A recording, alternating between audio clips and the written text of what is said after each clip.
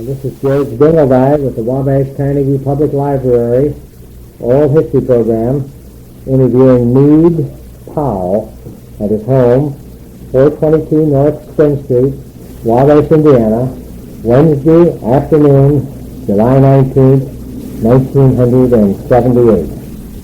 First thing I'm going to ask you about is about your parents. Well, my parents' name was Robert Nelson Powell and Emily May Powell, and Emily May Shaw Powell. S-H-A-W. Yes, S-H-A-W. And I was born the third child. Two sisters were born, died while they were babies. And our fourth sister, third sister, was born when I was about 6 years old, not quite 6 years old, and she died 7 months later. I have no brothers, I have no sisters. And my mother was Benjamin Friendly Shaw's daughter, and her mother was Dice Powell Shaw. How do you spell that first name? D-A-S-H-T-I, Dice. That's an unusual name. Well, Dice Shaw Powell, and my father's name was Enos C. Powell. I think it was Enos Cooper Powell. And they were, my grandfather worked at one time down here with what was known as the Cincinnati and Michigan Railroad, which later became the Big Four Railroad, which later became the New York Central, which is now Congress. Yeah, okay. And my father worked as a farmer. He was a farmer, and I was born a farmer. And I lived on the farm until I was 21 years of age. Mm-hmm. And I was married to out on the Delaware Road, and then we moved to Wabash and lived with my folks in this house where Mr. Delflin and Mrs. Delflin lived. Mm-hmm. And that's corner of Spring and Walnut. Corner of Spring and Walnut, and he got a job working for Wabash Railroad. That's your father. Yeah, my father did. And my wife's name was Sarah Ellen Badger, and her mother, her father was separated when she was a small baby. She never saw her father. He went to Kansas and never came back. And her grandfather used to live over on Pike Street. His name was Badger Street. And my wife's grandfather name was John Wolf, W-O-L-F, Wolf. And they lived, and my wife was born at Dora, Indiana. He was a native of Indiana. I was born in Delaware County. Lived in Delaware County till I was a year old, and at that particular time, gas was so strong that the doctor told me if I didn't get me away from there, that I would die.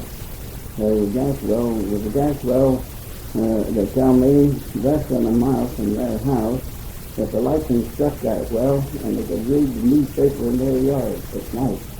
And it burned for several days. And I don't know much about that, only as I was told about that. And you weren't reading in those days. Yes. And they had a horse too that he got pretty excited over that gas, they said, and he would just snort and tear. And so then later I got a job out at the old service motor truck. I worked out there for almost a year, and then they began to lose business, and I got laid off. And I didn't have any work then for some time. But Mr. Carter, that lived at the Grove, was a foreman down at the paper mill, what was known as the Old United Paperboard Company at that time, in what they called the Dublin room.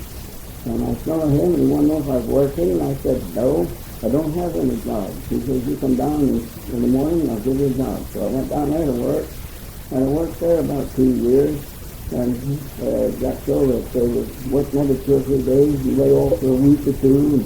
And in the meantime, the Wabash baking powder had been sending, been loading baking powder and extracts and that supplies they made in the car, sending it down to the big store to be worked. And instead of them working there, they sent it to Muncie or somewhere else.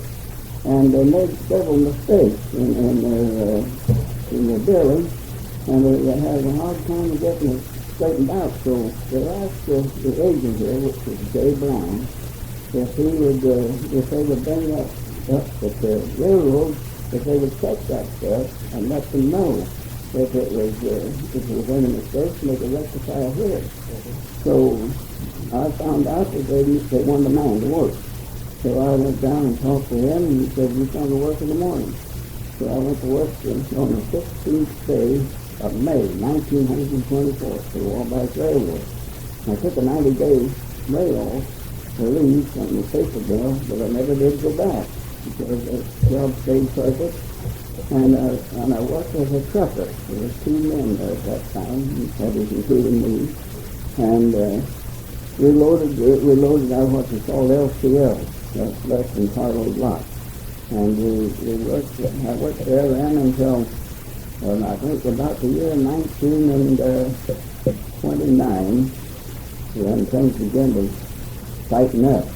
And they cut me down to 3 days a week. So I still kept on working. And I think it was in 1930 then, they cut my job off entirely. But the trainmaster came along, and there was a captain right and left, and the signalman had 2 helpers here at that time. One of them worked in that tower. If you remember that tower used to stand at Allen Street to work the flashes doing operations of the local freight train here. Well, they cut those 2 off, so the trainmaster said, "Go put you up there in that tower." And I told him, I don't know anything about that. He said, "Well, you learn." So the signal maintainer showed me how to operate it. Now I had, when this local freight would come in, I would touch it over on the switch said Manman. And I had East Street, Spring Street, Allen Street, Huntington Street, Wabash Street, Miami Street, Cass Street, and Carroll Street that I had to operate manually while the local was here. Or any other thing would come through while they were here, I had to operate that. And when I leave, I put it back on what was called automatic. And then when it don't work, it was automatic. One time I remember, of course, minutes never got away from me. It was, I just can't remember just what year that was, but it seemed to me like it was along about, I'd say 37, maybe somewhere along in there. And there was a man by the name of Otto Gale. He was a head brakeman on the local, and it was on Thanksgiving Day, and they were running 2 locals. The local out of Peru had gone early, carrying white flags, which meant he was the next day. And the local going west, number 73, they called it, and he was carrying white flags, and I told my wife I'd be home for Thanksgiving dinner because I figured they'd be out gone early. So as they were switching here, some way, this auto Dave fell under the engine and was killed. And I didn't see him fall under there because as they started to move, I reached up to put the light on Allen Street. And when I looked back, it was gone. But the man that carried the lift, he would have given him a walkout signal, we call it. You know, he was sudden, and he run as hard as he could run, looked under the engine, took his head, and went back to the depot, and they couldn't find the coin. And their train was sitting on the main. And they couldn't move the engine. And my wife, she got uneasy, wondered where I was. So she called the operator down at the depot, and he said, "I don't think we'll be there for a while." And he told her what had happened. He said, he won't be getting out of there till they find the coroner. The coroner was at Manchester at that time. And they couldn't even find his assistant, so they didn't find either one. But I got home from my Thanksgiving dinner at almost 10 o'clock that night.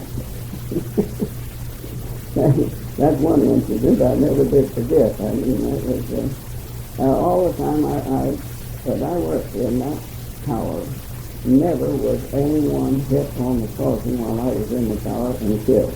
I don't say that there was not some accidents on the crossing. One accident that seemed real funny to me, and it was funny. The fellow came down Spring Street, the passenger train was coming, and he drove right out across in front of that thing and had a trailer behind his car and had some kind of a cabinet sitting in that trailer. Well, the train hit that, and that cabinet flew way up in the air and just disintegrated. And he never stopped. He went right on around and come right back up going down the street and stopped right there on my tower there. And the engine was sitting right there. Simon says, "What become of that automobile we hit there?" I said, "I don't know." I said, he went on. I don't know where he went, but by that time, somebody came up and stopped there. And they interviewed him, and just tore that trailer all to pieces, but wasn't none of those trailers. Oh, it was funny when that cabinet flew up in the air and just disintegrated. And that was a kind of a peculiar accident and a funny accident. Well, I worked that tower then until business began to pick up. And I was working for $40 a month. And I wasn't making very much on that.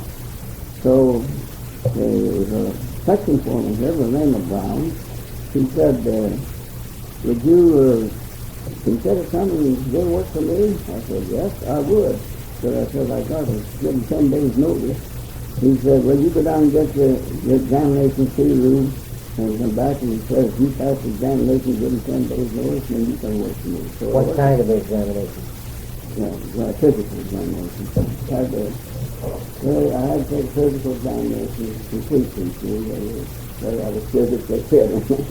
I passed the examination, and I worked there then for him for a little over a year, and just about a year, and then he did another job.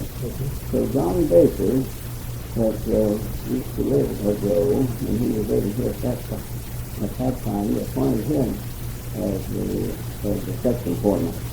So I worked for him, and one day the supervisor came along and he said, "We're having some hard time finding anybody in that tower. I'll put you back up in there for the same wages that you're getting on the section. All you have to do," he says, "is just work those flashes just like you were before." And he says, "Oh, bring your shovel down if you see a hole. I was really crossing it on now, so it's all over again." He says, "That's all I'm going to ask you to do." Well, I didn't work very long like that. So my job opened up again at the freight house, and I was called back to work there. So I went back as the warehouse foreman there. And I worked there until Lorne Ralph passed away, and Bill Holton was his bill clerk there. And he did his job then. Lawrence was the cashier, so I did his bill clerk job then. So I held that until I retired in 1963. Really, I say I worked 38 years. If I'd worked on until May 16th, I'd have worked 39 years. But I didn't. I retired. I thought I had to wait till I was 65 to retire, but they told me when I went to retire that I could retire in January. I've been having trouble with arthritis in my shoulder, and Mr. Buckhoff was the agent here at this time, and he said, "Why don't you get some insurance, but why don't you go to the doctor and see what he says?" So I went to the doctor, and he said, "Well, can you hold a job?" I said, "I can hold 3 jobs, but one of them I don't want." It was a yard job in Meade, and I said, I don't want that job, but I said, I can bump 2 jobs in Huntington. And he said, "I'm going to tell you something." He said, "Your work is going to be heavy already." I said, "Well, it's not heavy mail, it's pretty heavy work." And I said, "That's pretty bad." He said, "Well, why don't you just, if you've got insurance, just take a sick leave for 6 months, then you'll be 65 and just retire." And that's what I did, but I had to bump in the meantime to hold my seniority right. So I went up to Huntington and talked to the agent up there, and he said, "Well, he said, we've got the second fifth man who's only been here a year." And he said, "The other man has been here quite a bit. I could bump either one of them." So he said, Don't make any difference to you. You don't think you'll come back? So why don't you go to the second trip now and said you'll hold his job for him for 6 months at least. So I've done 10, and I don't think he worked much longer than that because they was just cutting right and left down. He probably wouldn't have been working very long if I'd have gone to the other one. So that was the end of my railroad career. You told me a story about your great-grandparents or your grandparents had some war record, and bring me up to date on that when you told me the story.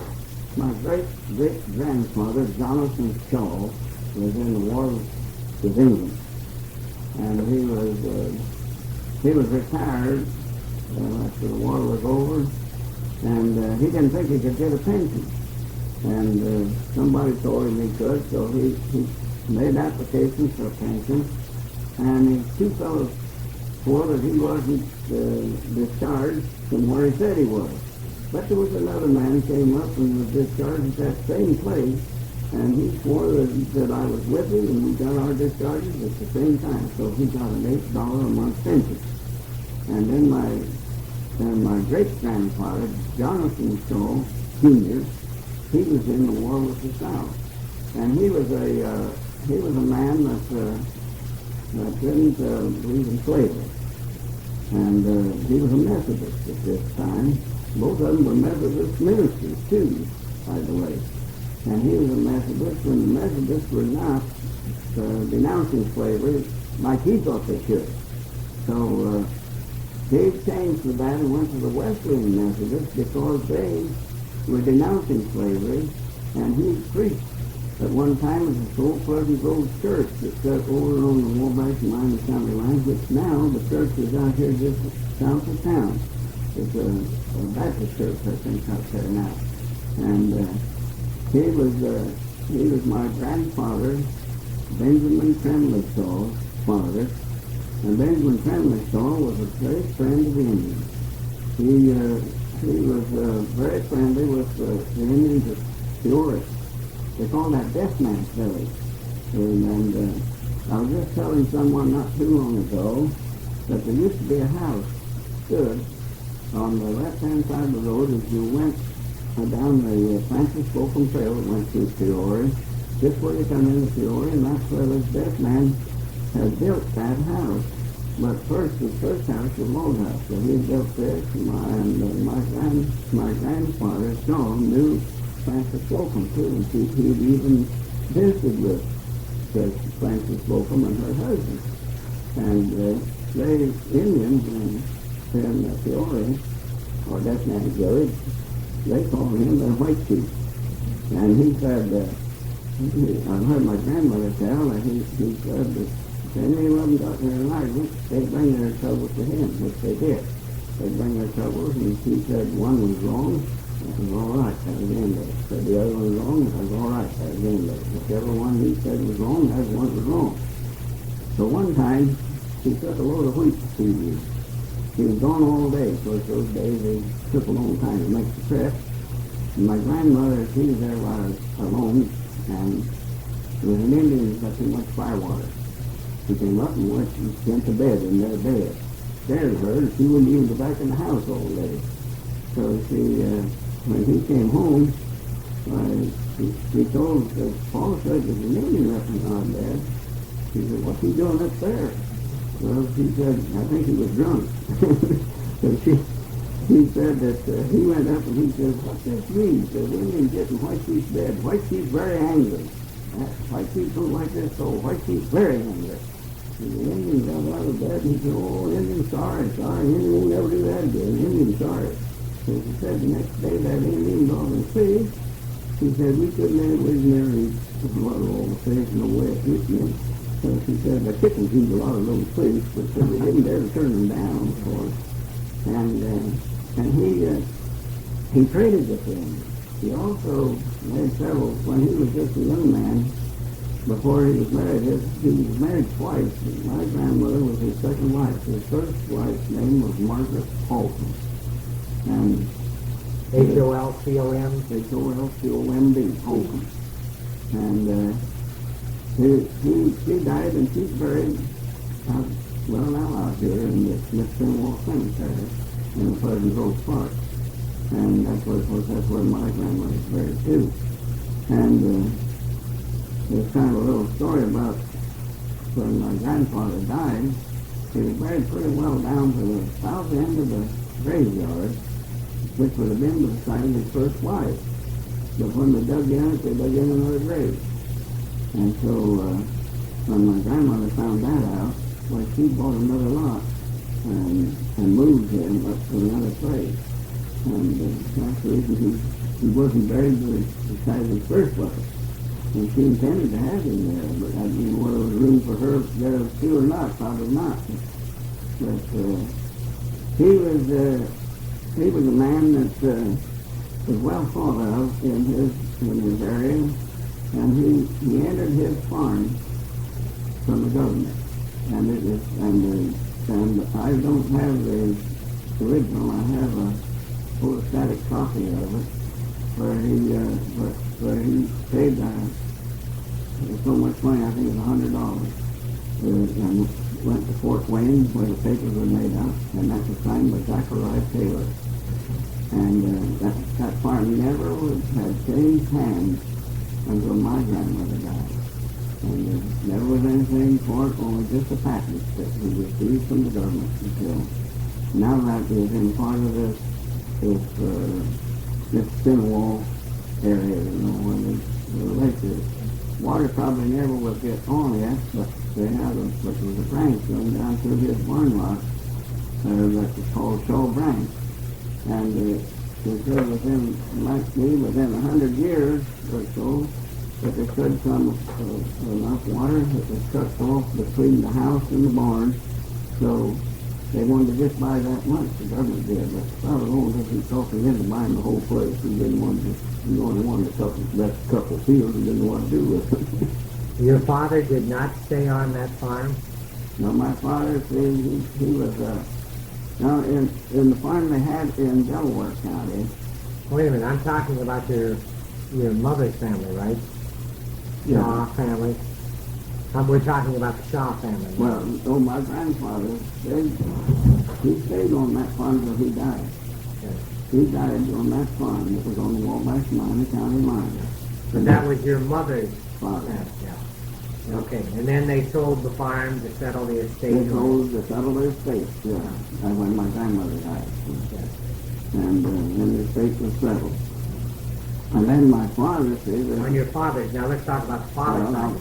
Now, part of this will be on my mother, too, because she went to take care of her grandfather, which was James Powell, and he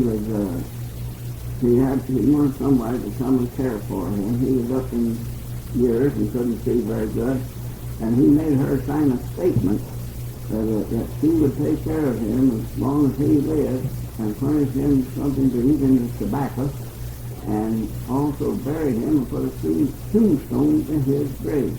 And he would give her the farm that he owned. He lived 38 acres. So that's the reason that they had to sell that when they had to move on account they were going to lose legal costs. And but he had her to come and take care of him, and then my father then went there to find the place, and that's where he met my mother when they were married. Oh, I see. And then they lived there, see, until it was 1899 when they moved down here, but I was born in 1898. I was about a year old when they moved down here, and they bought a farm out here on the Hoover Road, just off of what we call the Tree Road, out there. But they couldn't move on that place because it was rented, and then they rented another place over on just a mile west of them, what they call the Wetland Road. Some man by the name of Trust owned it. So they lived there a year, and then moved back on their own place. And there's where I got my grade school education, one of these little one-room schoolhouses with a teacher teaching all 8th grade. I went to school, what they call the English school. That was on the corner of the Hoover Road and the Three Pipes, as it called.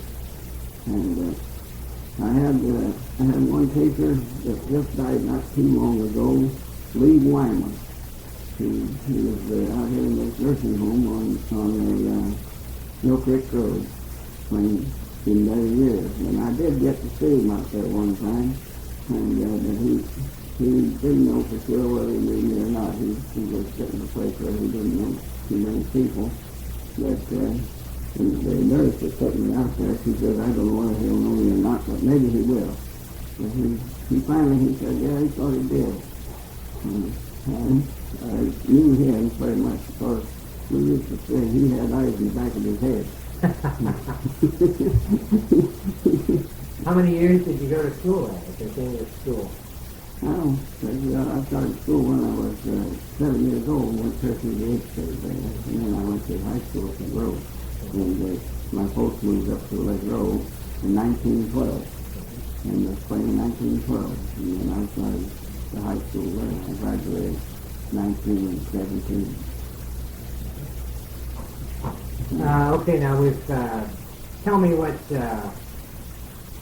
did your grandparents, let's take your father, your grandfather, and grandmother on your father's side. That would be the Powell family, right?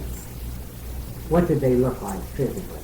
Well, I never seen my great-grandfather. I seen my grandfather. My grandfather Powell he was a man, I suppose, was about 5'10", something like that, and he had mustache. He always had a mustache. I never remember him having a beard, but he had a mustache. And he was I think was about 83 or 4 years old when he died. But I remember him because he didn't die after I was married. And then my grandfather saw, he died when I was about 7 years old. Do you remember what he looked like? Yes, I remember him sitting in a wheelchair. They were breaking a team of horses, and he had his boys get up on the wagon, and they had one line on this one colt they were breaking, and beside the regular line, so one fellow was supposed to hold that if this colt tried to run or anything. And he said, I'll hold him now, you get on there. They got on, and that colt, they reared and threw him down, broke his hip. He never walked after that, and I never remember him only sitting in a wheelchair. He had... that was Grandfather Shaw. That was Grandfather Shaw. He had little chin whiskers, just come down to a little point. Nothing up around his mouth at all, but just little chin whiskers. And, he had told my grandmother, he said, the time's turning. He said, when the chariots are going to bunch themselves in the highways, he said they're going to run like the lightning. And he said they're going to fly through the air like the birds. He had already said that, you know. He was forecasting the future. Yeah, he was quite a... What did Grandma Shaw look like? Well, she was very, very nice looking woman. She was very pleasant to talk to, but she had a mind of her own, too. I'll tell you that. Was she a big woman? Oh, she was, I suppose she weighed around 160, maybe. She was heavy then. Yeah, she wasn't what you call fat or anything like that, but she was about that when I remembered her first, and then she died over here in this house here where Delphine lived. She was living with my mother and father at that time. But they had farm land up there where she got the place where she couldn't take care of anything, and her son-in-law had lived with her, my mother's youngest daughter, and they had lived there, and then they bought a farm and moved out, and then they had to either run it or do something with it, and so my mother took her over to her place. Well, that's where she lived, and I remember one time I had a cousin, but he said he wanted to be a minister. And she said, now, Roscoe, she said, I'm not denying the fact that you may think you want to be a minister and all that, but said, be sure that when the Lord said preach these, he meant preach Christ and not plow corn. Hey, had a pretty good sense of humor. He had a lot of good things like that, humorous, you know. Okay, how about your grandmother Powell? My grandmother Powell, I never did see her. She died when my father was 17 years old. And he never remarried? Yes, he remarried about 4 times. Oh, did he? But the one that I really remember was my grandmother was a rather slender woman, and she was very quiet. She didn't have too much to say. But she thought, because he'd married her when I was a small boy, and she thought I was about to start, of course, and she called me her grandson. And that's it. Well, your grandfather, his first wife died fairly young when they were married. Yes.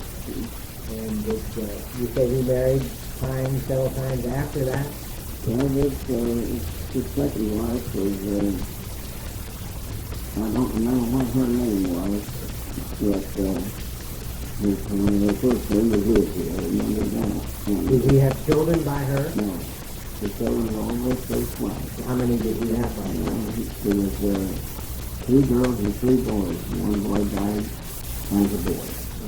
And my uncle and my father's brother died about 6 years ago. Over Maine, he was over Maine. And my father's older sister, she was older than he was, and she lived in Central Ohio. She died in Central Ohio, and my father's aunt lived in Texas. She died in Texas. I have no uncles or aunts on either side of on the mother's side and my father's side. They're all dead. And several of my cousins are gone. Well, if you live long enough, everybody's around. Right? Yeah. What, 81? Yeah, I'll be 81 and 60. Yeah, well, that's what I say. If you live long enough, you'll outlive everybody, you know. That's right. Yeah. Interesting, you know. Now, were these both families Methodist or Wesleyan Methodist? Yes, my grandmother was a Western Methodist. On which side? She was Western Methodist, but I don't think that, I think that my grandfather probably was a Methodist, and he was not very active, I'll say that, in whatever. Now, how about your grandfather Paul? My grandfather probably was a Methodist, but he wasn't very active. My grandfather Shaw never belonged to any church. He didn't belong to any. He was a Mason student, and he couldn't go to Wesleyan. Wesleyan Methodist was over in the midst, and the people of the Gentile. Now, on his grandpa Powell now, and getting married 4 times, you said? The second one? The first one died young. Yeah. With 5 children, right? Second wife died. So she died also? Yeah, and then he married again. What was her name? You remember her? No, I don't even remember her name. And she didn't live very long, but she died. And then he married again, and that name was divorced. And he really married 5 times, counting the first wife, because he married again, too, and his name is still there, and Tuesday she called it. And they had moved to down south of Indianapolis, to a little town down there. And he bought this lot in the house there, and he got the whole thing. The boys didn't get anything out of it. He got it. What did he do all his life? Well, Now, this is your grandfather. My grandfather, Powell, again, he worked for a farmer, and he also worked down here for the old Cincinnati Michigan Railroad as a car knocker, or inspector, as we call it. Then he went back to Wisconsin, and that's where he had married his first wife in Wisconsin, and he went to work again on the farm back there. And then he came back to Indiana, and moved from Muncie, and ended up to be an insurance salesman. And then he was in the army too, and he With the war. war at the time. But I don't know. I don't think he ever saw action. I don't think he ever got where he was in in the service, but his outfit went to an accident there. And he did go fishing. He lost an eye somehow. And he always used it when he fired a gun, left-handed. So that makes it left-handed. And yeah, he did that job. He did a fishing. How much fishing he got. But I was thinking when I was talking a little funny incident that did happen. He was at our place, and we lived out there. And we lived on my folks lived up in east south of the Grove, what they call the Wolf Grove up there. That's the 1.5 mile south of that one goes back to the reservoir. One park there. And grandmother told us that too. And he was, at that time, he was writing letters to associate, he was religious. He was religious, you know. The grandmother said, why don't we just, he went outdoors, she said, why don't we just take and put this one there and put some of these things off and every other in the tray in there. You just gotta do that, and he came in, you didn't get it back. You were going to confuse him. Something would have happened. How old did he live there? He sounds like quite a character. He was about 80, he was 80, so I'm about 85. My grandfather saw it, my grandmother saw it, 94 and 2 hours. My father was, I think, 85. Tell me about your father, about what he did and stuff. Well, he farmed until we was farmed in 1920. We were over here, and he was married in 1920, and we lived in Lincoln for a while, and then we went personally out, and he got back and he got a job with the railroad. Where did he move into town? What part of town? South side or? Here, he right here in the Southwest Coast Street, they bought that. They bought the house? Yeah, they bought that and lived there. And they lived there for, they lived there several years, and then they lived there during the Depression. He moved back in with him during the Depression because he got out of work and he was going to take the CA, and he wasn't getting too much of that, and I was getting $40 a month, so we doubled up to try to meet the expenses, you know. And I was paying $15 a month rent for that, and we thought maybe to get a little cheaper than that. We lived there in the summer. He worked at the park too, in the summertime. So, 4 or 5 years he worked there. And we go there. And when we go there, he was the custodian of the park. He worked for him.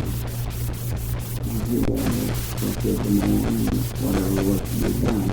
But it was all really different. After I got out of it, so while I had that power, I got that truck then, and I all transferred from the Wabash down to Bridgeport, transferred from Bridgeport to Wabash, and then I was picking up some jobs and moving and all sides, whatever I could find to do. And sometime I did, and that's how I was on it.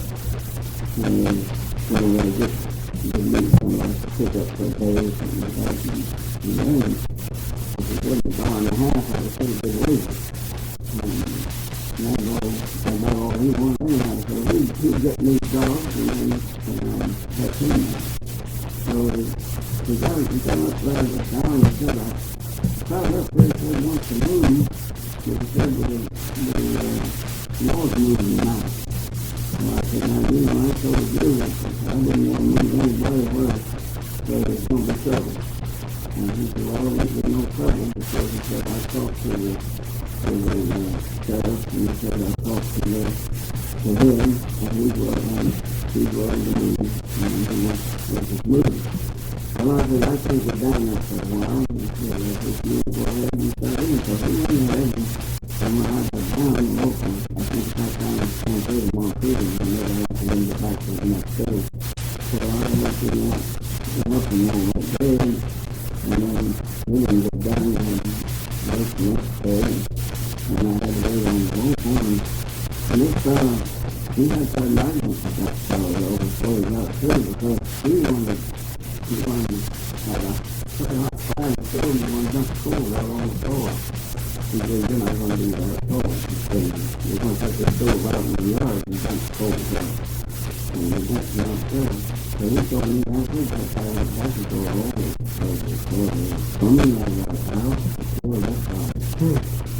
That's like that life. I'm down here in 150 feet. Tell me about depression days. Everything was going along pretty good. Before we get to that, tell me about the people. The people you work with, and the name of the place, and what it looked like, Well, down at Paper Mill. what was the name? That was the United Paperboard Company. Okay. And it was operated by finances from England. And there was my boss was Eddie Stretchman.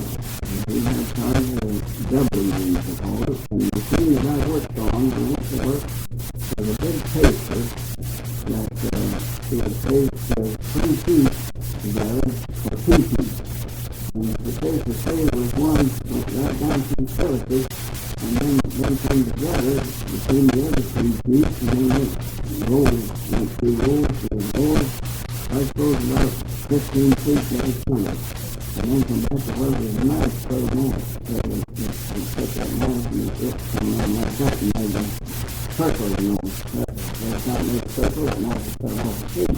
What year was it? And that was about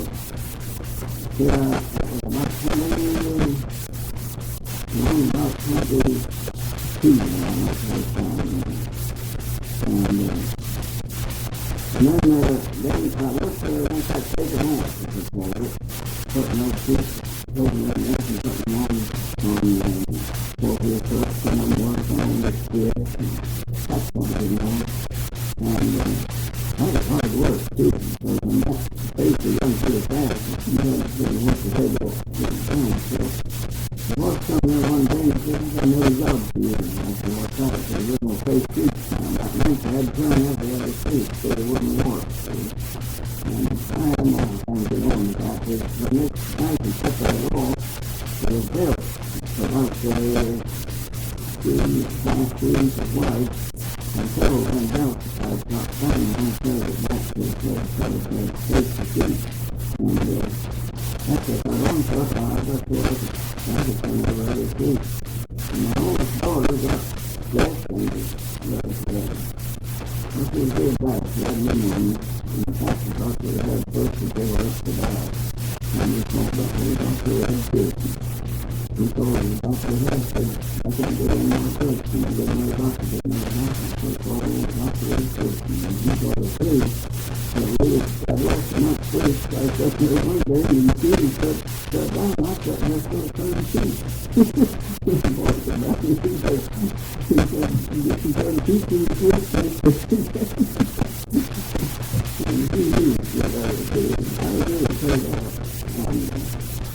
So then they had a strike down in that room. Just in that room? In that room, they were out on the other machine, so they made the papers, they had asked for raise, and we got straight in Enzo mechanics on Tuesday. And so I didn't get it on the last one, so they told them, and the superintendent was over in the podium there. What was his name? I don't remember what his name was. He was a musician, the hard, he was a person, and he was a hard-headed fellow, and he didn't argue with him. And so they did tell him, they said, now, if there isn't one more stands out Tuesday, when they get off of work Tuesday with day shift, we'll shut down, and the next shift will come next, and that's it. And so I need to get in there. So the boys in Ireland, some of them they say, well, we can get it. I said, I just laughed, but I won't just sit down. I said, you won't get anybody doing that. That's what I want to do. But it just goes sit down. I couldn't run that place enough. It just couldn't run that place at all. So I didn't go up there and do it. And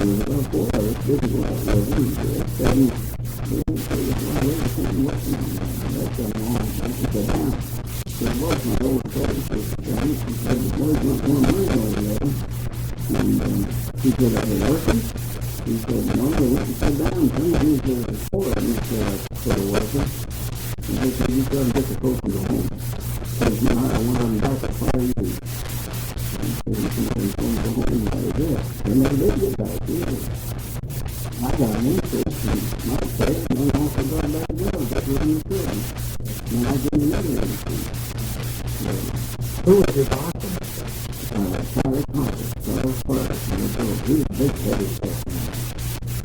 He had trouble with his feet, and the real first guy, the first guy was fishing student, and he also run that paper. And after I ran that film, I got next one, we found out we could keep up with the paper, and he was 17 months. And then he was sitting down all the time. He was sitting out, and he missed out on running faster. Don't get that run faster. Whatever you are, and in the company stop. And you get mad and go sit down on it's right on the corner, it's the speed better, and then it can stick. And then he said, we can let them guys shut up. He said, they're not hurting you, and he said, they're not doing anything, we're giving you. And it really took me that slow it down. And they can get mad. What kind of money did you make in the first job? I don't know what time that's for. It was worth for 20,000 a month. How much did you work? 10 hours a day? 5 days a week? Yeah, 6 days a week. 6 days a week. I didn't go to work for a week. We had it down to go on Saturday.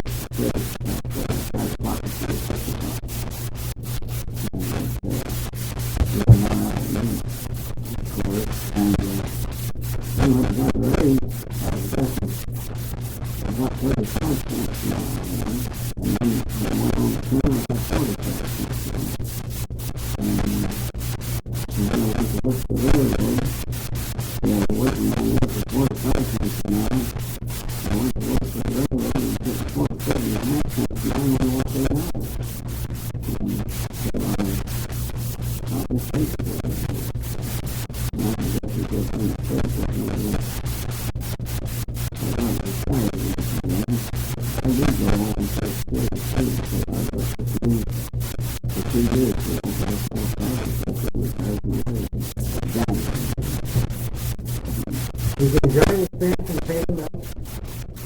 Did you enjoy the experience in painting? Yeah, I like to run the cameras. I like them done. I never sit down and take it. They never run the stage. I wasn't done there. They were down to me, and I was leaving for much time. So I thought I could work stage. However, I get more money than they get done there. Did they still making paper from straw? No, once in a while. They done it in 2 months. They had some like machine back there, and they go make some, but nothing much. They tore it out a lot. They had what they call number 1 and number 2 machines. They would take it. And when they pull us back, they would just be starting those machines up, and then before they get enough paper on, so we had things to use in there. Then they did what they called haze. That's what paper wasn't running up. And they turned this out to high haze before. Paper out and down and hot down into that too. They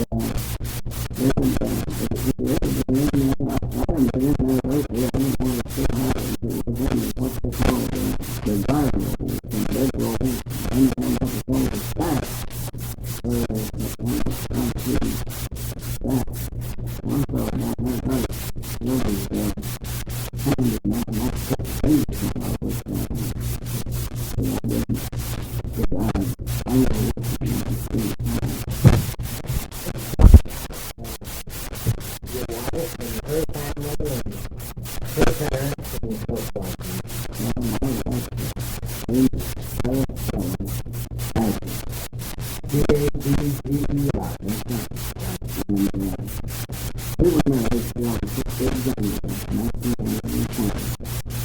And we were married. He was just about 17 years old. We were married about 21.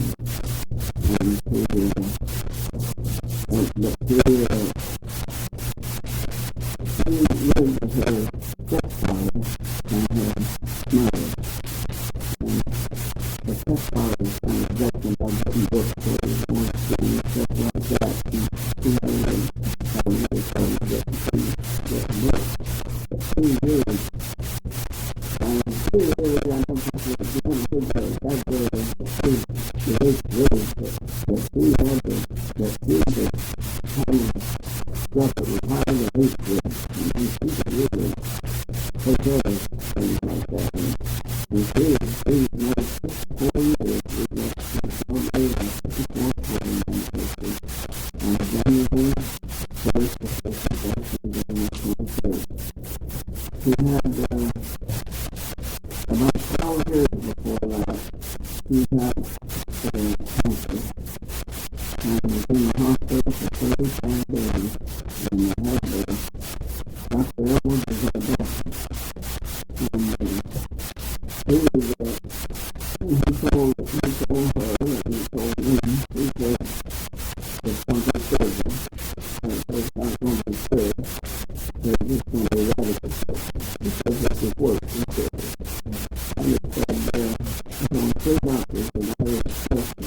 He's performing that kind of surgery. He said, one that I more for a year before that surgery. And that's a positive. If we had had and I told him, I said, I just decided to let it just for my first test. I said, the TF group is problem with this hospital. The phone surgery, that's what I said. And she won't get so by herself. And I don't know how I'm going to spend years and stay up there. But I took another consideration. I think I let that doctor down and he did. And that was the first surgery. The second surgery had never been performed like that in Indiana. And the first one was able to perform here. And when the doctor was found, or the one doctor was found, 2 doctors, I guess, they didn't see that. One was on vacation and the other didn't see it. There was all kinds of their surgery to see. What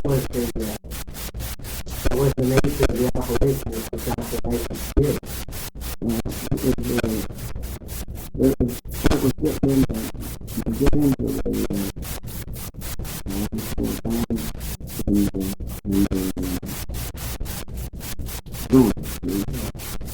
and they had to cut down on each leg, careful of the two like that. And that doctor said he took places on the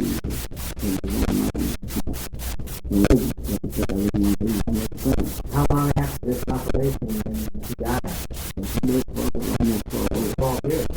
It was cancer, but it was not from the same area. She never could have any more surgery. Now, her parents were getting ahead of themselves. Her mother, what was her mother's maiden name? Her mother's maiden name was Elizabeth Wool. W-O-L-F? Yeah. And her father? His father was Ellsworth Bible. Ellsworth. And he was also a member of the Guard, State Guard. And after he got college State Guard, he was on the campus. Then he got to go to Delaware County.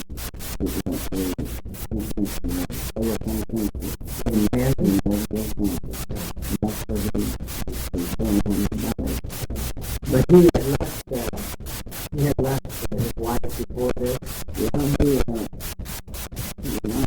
wife, or his grandmother, she was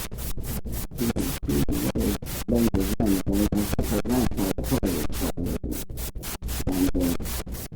And he went to Illinois.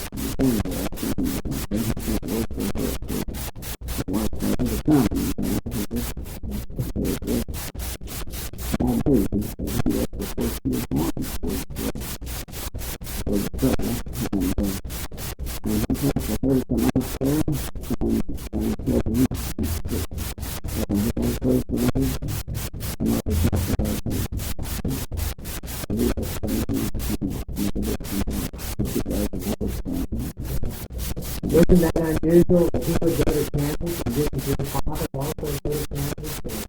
No, my father was born there in Wisconsin. and he was born in Wisconsin, and he came to Indiana, and he stayed in Indiana.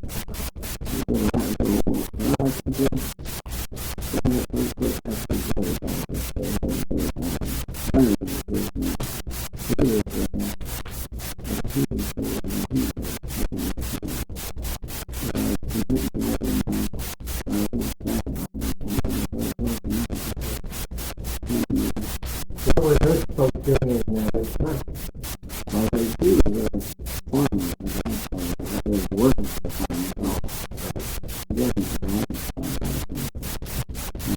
Was there a wife that was his father then? Never saw her father connect to family sisters. I've got sisters that came here. Did he marry him and dealt with that? Yeah, he married again, and he had one son, and this woman and this boy came up to visit my wife's grandfather, and she went over there. Down by the hallway, and the way she went was that later and I went to work. It was working, and I couldn't go. It was pretty close there, but I knew I couldn't take the kids to home. She was over there, she get off right there, and get off on the front of them, I didn't know how to get off right there for an hour. So she was going to visit with him, and this boy, and he was not 10, 15 years old, or something like that, and he was probably just small baby right there in the store. And he thought she was letting him say, and he said, "Get her all the time there." But she never did come back, and he went up there, and she heard about it there before we were married. And his mother told us that if he went back to his bed, he ain't just so skin. And his grandmother said, told her, after she got the grandmother after he was married, but when the wife said, he said, he was trying to see if he had the same choice up there. And he was going to see him, but he didn't know he was going to see him. Okay. So this boy, the next day, he came out here, and he was somebody else is, and he went to that, lived down in Maple Street. He used to run the rock city lessons, George. He was asking me, but he can have a visit friend, and he had a motorcycle accident, where he had a concussion, his brain, and his legs, for a long time, he didn't think he was going to live, but he did live, but it never, he always thought that he lived, and he was in an institution out there, but he taking care of everything. He got working there, and he came out here, and he went back and they got him and told him to go back in that institution. And he was smart, but he wasn't able to do anything, so he got the concussion. No one thought of it to you. And the doctor said it didn't matter. It was hard to get him back to it, to leave it, and he said it did, he passed the right. But the time he would go off, and he wanted to back out here and penetrate with him. And he told me, he said, "We're going to put me back behind the walls anymore." He said, "I'm going to find him." But when he said, he said, "What?" And he just said, "That's what I said." Nothing about it. And he he was nothing about it. That's it. It's no good. He said, "But he was in the man and I had me at one time." And he hit the boy and let him out, and he was going to him right back there. And his father died. His grandparents was pretty well to do. And his mother died, and he was so ill. And he died, and this boy was going to stay in his bed.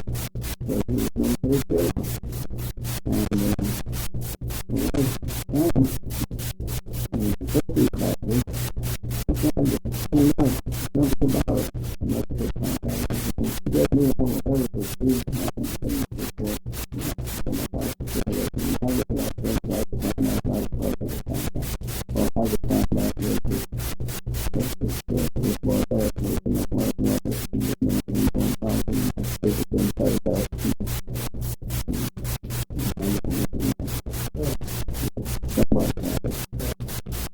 possibly that expression is? Sometimes the expression, everybody is in the same boat.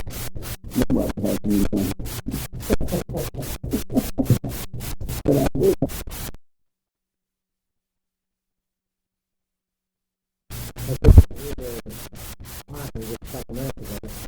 How about the expression? Everybody is in the same boat. Nobody has any money. And so they say it's pretty much go on too. If it had not been, we had that we could run down and have roads over the water. I know you have to go in there. I sometimes look back over that and I have to know your thing. I never was on that with you. I never had any things like that at all. Not even any victories or anything. And well, at Christmas time, there was some of my neighbors lived around it, and they would they were on every 2 days. And I told to make them go on every 2 days and also. So they've always been there too. Toys and things like that, and getting the back to the Christmas. I was never got anything like that. I didn't know how to say it makes them understand that. But that's what they get that. You didn't get it. I said, because the fact that I said I got a job, I'm looking for $40 a month. And I said, this guy works on every 2 days, getting $48 a month. And that's the time they work out book for it. I said, that's what work out book for it. The main contract is just do the best you can. The next thing is to be good for you. So we can buy for them, they're good for them. They're on the schedule, so they don't understand that. They don't understand how it works to have that stuff you can make good. So they're good for it, I think it made you good for that time. So I don't have no mind, anything. It's not that, it's just about out now. I said, you got any money? I said, I don't have a dime. And I had to say that. I had to tell how they take out a bill and go to the bill and just mark it. And the bill, I know that's not how it works. I get some bill that he was sign that. Send it to the payer saying to send it to us. You have to have 7 times you can take it to the payer and the payer can do it. But about the bill, but I had to go to cash to and I just I pay anything and then once you put 3 points for that fair now. And I haven't got it. You get to the first year for the next month. And I said, you got any people who don't have any money either. People who don't have any money, they don't have any prayer. And we were talking about it. It's how to that place is so down on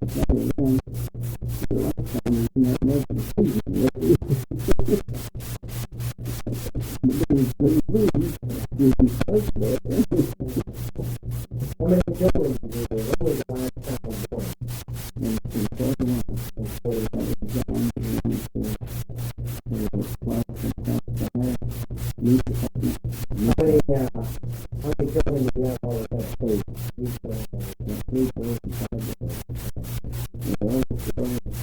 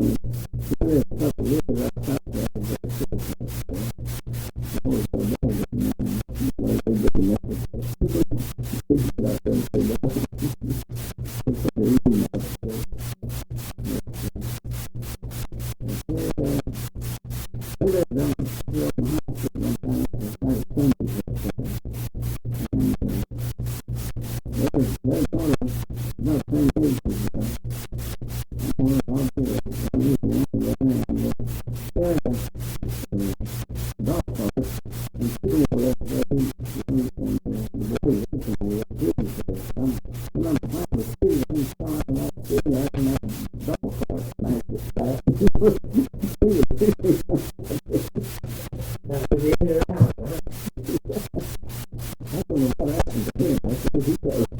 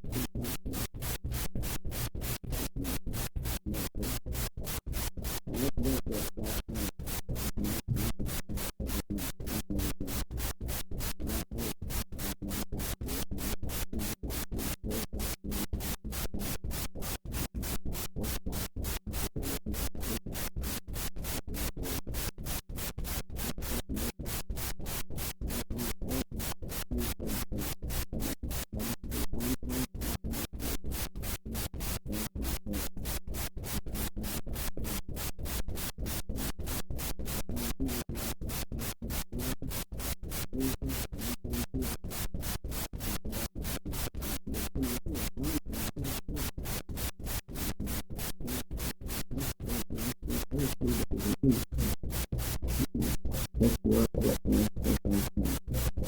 Do you think anything else needs that we should put on there? and it was not the next one, okay?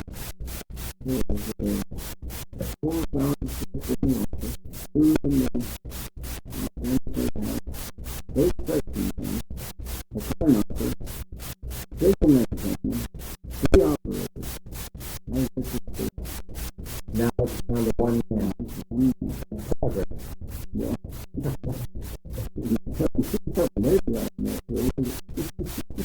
Interesting afternoon.